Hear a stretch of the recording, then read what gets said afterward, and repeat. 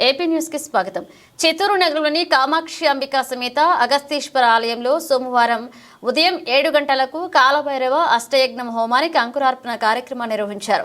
ఈ సందర్భంగా Kalabhairava charitable trust అధినేత వెంకటేష్, ఆలయ ప్రధాన అర్చకులు శివకుమార్, శివాచార్యులు మాట్లాడుతూ ఉదయం 7 గంటలకి కాలభైరవ అష్టయజ్ఞం నిర్వహించామన్నారు.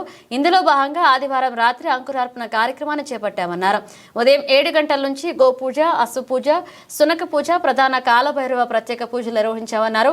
8 గంటలకు రెండవ కాల పూజ, భైరవ పూజ నిర్వహించామని, రాత్రి హోమాది కార్యక్రమాలు చేపట్టామన్నారు.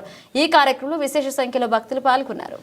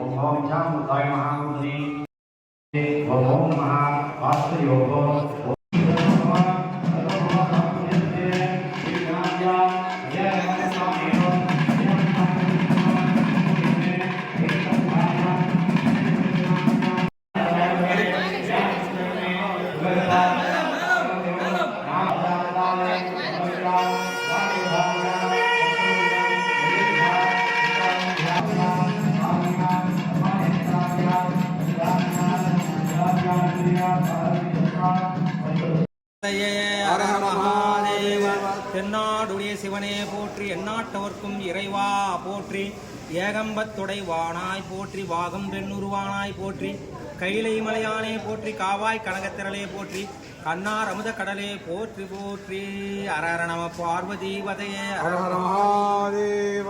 చిత్తూరు పట్టణం శ్రీ కామాక్షంబికా సమేత అగస్తీశ్వర ఆలయంలో ప్రతి సంవత్సరము గోకులాష్టమి నాడు ప్రత్యేక కాలభైరవ స్వామికి విశేషమైన పూజలు జరుగుతుంది. అదేవిధంగా ఈసారి విశేషంగా అష్టాష్టక భైరవ హోమం జరుగుతూ ఉంది. 8 హోమగుండము, ఒకటి వచ్చి ప్రధాన హోమగుండం, 8 భైరవులు ప్రధాన హోమగుండంతో మహా హోమం జరుగుతుంది.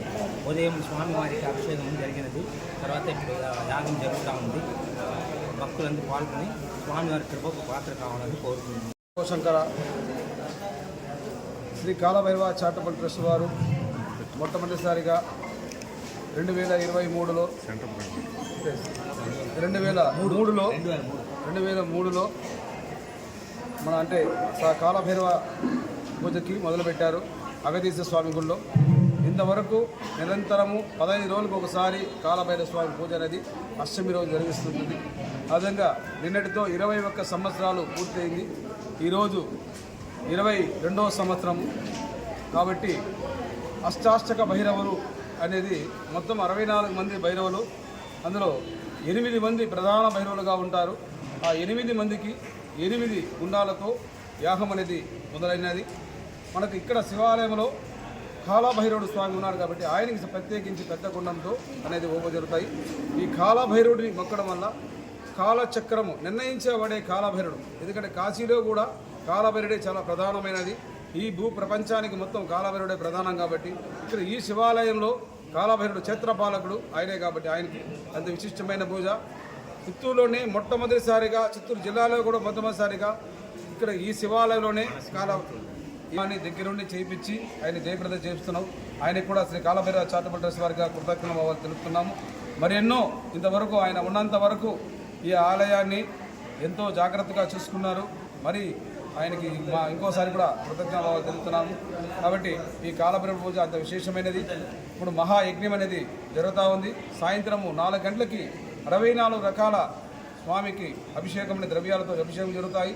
ఇది కూడా తిలకరించాలా. ఓం నమ శివాయ.